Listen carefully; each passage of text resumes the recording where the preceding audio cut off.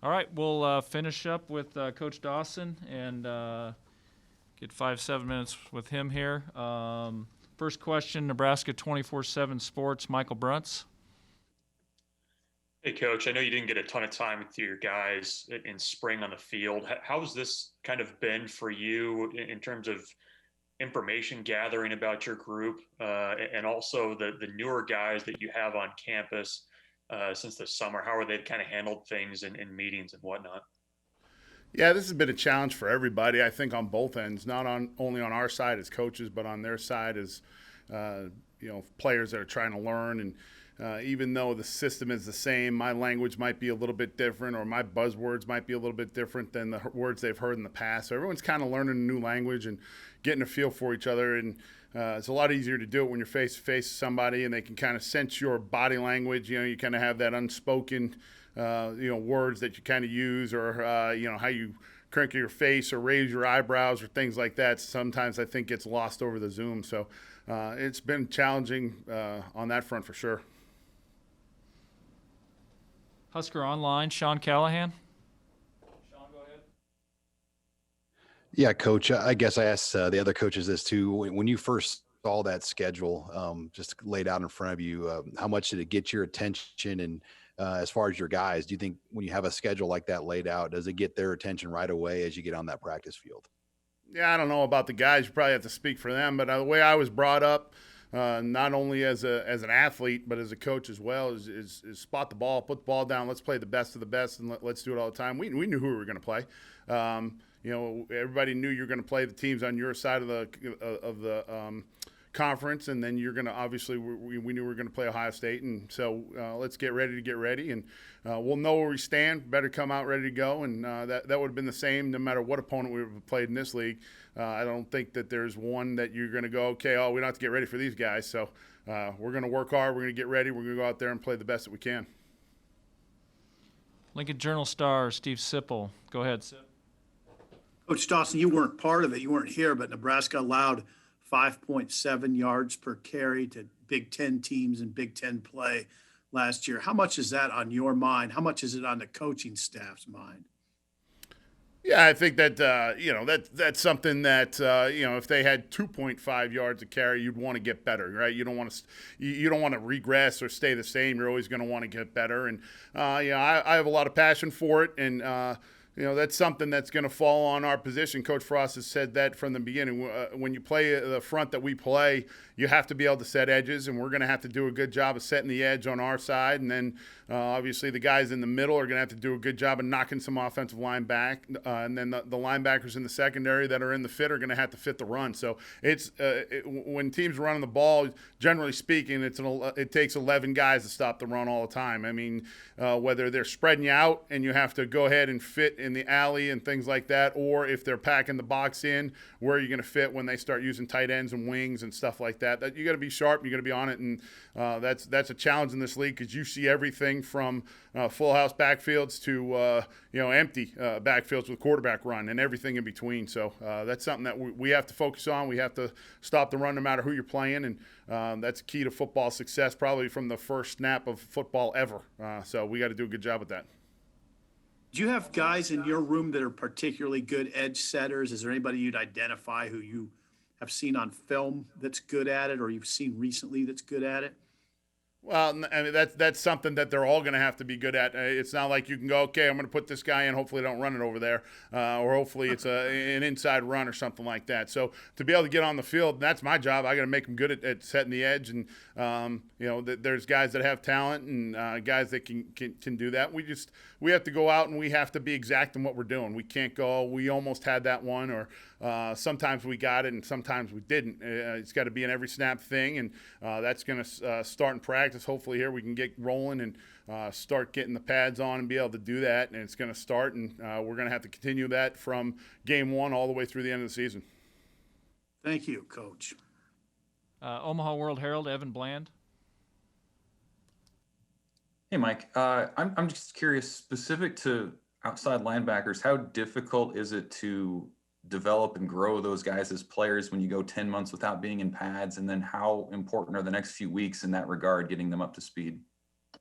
Yeah, I guess your question is the answer. I think it's very important. Not having a bowl game is huge in this day and age. You have to be able to get that accomplished so you can get the practice throughout December and start getting some of the guys that are kind of younger in your program growing up a little bit more.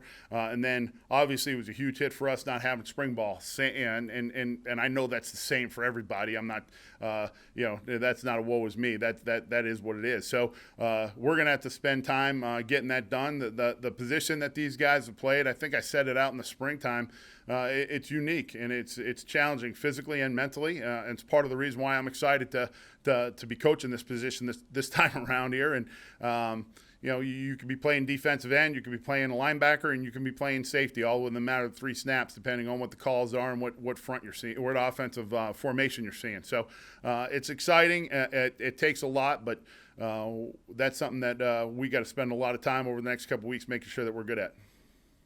Nebraska 24/7 Sports, Brian Christopherson. Hey, Coach. We talked to JoJo Doman a little bit. When you looked at his tape back from last year and analyzed where he's at, what's kind of your message to him for him to take the next step as a senior now? Yeah, JoJo's a guy with a lot of talent.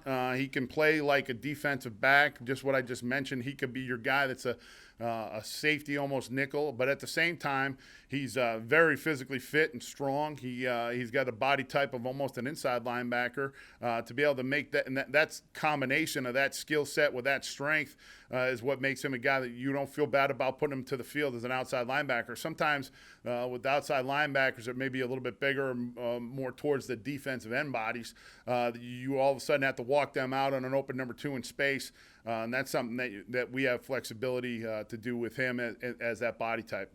My challenge with him, he's a guy that can flash and make great plays. And we have talked about this a bunch of times. Just we got to get to the point where he's kind of the bell cow for our group as our senior. That's going to be the guy we're going to expect production from all of the time. Can't miss snaps. Can't have a my bad. Can't have an almost. Got to do it all the time. And that's something as a senior, I think that that's a challenge that he's looking for. And he wants the bar set high and he wants to be pushed, which I'm really excited about being able to get out there and get after it with him. Thank you. Hale Varsity, Derek Peterson. Hey, Mike, what kinds of things do you need from those outside backer spots specifically to generate more of a pass rush or to help generate more of a pass rush than what Nebraska's had in the last few years? Yeah, I think that number one, when you're watching the pass rush, obviously you got to have good athletes that are coming off the edge that are explosive. You got to every level of football, the pass rush always starts with speed in my mind, and I don't think that anybody would be able to convince me otherwise. Also, we got to rush as a group. It's got to be a combined effort. The 4 guys rushing in a 4-man rush have to be working together. If you have one guy that hits a great move and the guy on the other side blows an assignment or lets the quarterback escape, that great move goes for nothing. You never see it. You never see any return on it. So we have to do a good job that way, and we got to be smart when we do bring more than 4 and make sure that we know exactly where we fit in the rush. But the pass rush is obviously something that we're putting a big emphasis on and something that we're going to work really hard at, make sure that we get better at and improve where we are compared to where we were last season. Okay, time for 2 more. Oh, sorry. You can Go ahead, Derek. No, go ahead. Ask the Marcus Gold question. You got a smile on my face. Yeah, Mark. I know he's a guy that you're proud of. He had kind of a breakout last year with the Giants. Can you take anything that he worked on in the offseason before the season and point to that and say, with your guys, hey, these are some things that you can work on to have a similar kind of explosion? Yeah, it's. As soon as you say Marcus's name, I get a smile on my face. It was awesome working with him last year, and something that was certainly working together with those guys was a lot of fun. Not only him, but O'Shane Zimenez and Lorenzo Carter. Those guys were great to be able to bounce ideas back and forth and kind of get working. And I was proud of the year that Marcus had. And he's a great guy that worked his tail off, and it's great for me now to be able to come back and show these young guys, hey, here's some film of what it's supposed to look like, and this is what we're trying to get done, and use those guys as some examples, and hopefully wish Marcus the best of luck this year and getting it going a little bit. All right, we'll finish up with 2 more. Mitch Sherman from The Athletic. Hey, Mike, are you still getting the chance to work with Javen Wright? I know that was the plan in spring before things got cut short to have him do some outside linebacker work. Yeah, the thing that's neat about Jamin, he's another guy that's he's a big, long guy that has defensive back skill set. And he'll be a guy that hopefully is a guy that kind of like what JoJo does a little bit, where he can play a little bit of both and move back and forth. But he's a great kid. He's really smart. So be able to get my hands on him as much as I can help any of those guys, not only him, but any of the guys you guys have seen. Coach Shins' defense, a lot of those guys coming off the edge or turning on and to become pass rushers in the blitz game. I mean, you're really becoming a contained rusher. So hopefully I can help with those guys, and any chance that I can get to help those guys become better pass rushers, I certainly am going to jump all over it.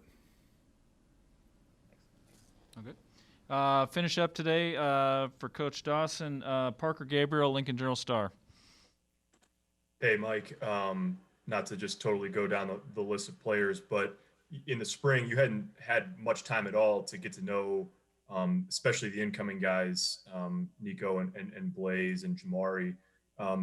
What are your early impressions? I know you haven't been in pads much of that group, and maybe specifically of Nico, given that he's a little bit older as a junior college guy joining the room. Yeah, I'm excited to get the pads on with these guys and really start to be able to give you probably a little bit better answer at some point here. But the good thing about this outside linebacker group, we have a good bunch of guys that are hungry to improve and get better. Nico's a guy you asked us specifically about, and he's big, he's strong, he's got about the biggest hands I think I've seen on a guy. So hopefully he can use those in getting his hands on some offensive linemen and being stout in the run game, and at the same time being fast and explosive in the pass game. Obviously, a guy that's a little bit older, and his body's a little bit more mature, and he could pack some food away. I know that. So hopefully get him eating and get him bigger and stronger and get going that way. So, it's going to be fun to get out there with these guys and get past the drill phase and put some pads on and really start. I know Coach Austin always says iron sharpens iron. Hopefully get with those guys and start getting after some good drill work. All right. Appreciate it, Coach. Thanks, guys. We'll do something similar with offense on Thursday, and we'll get you the details on that.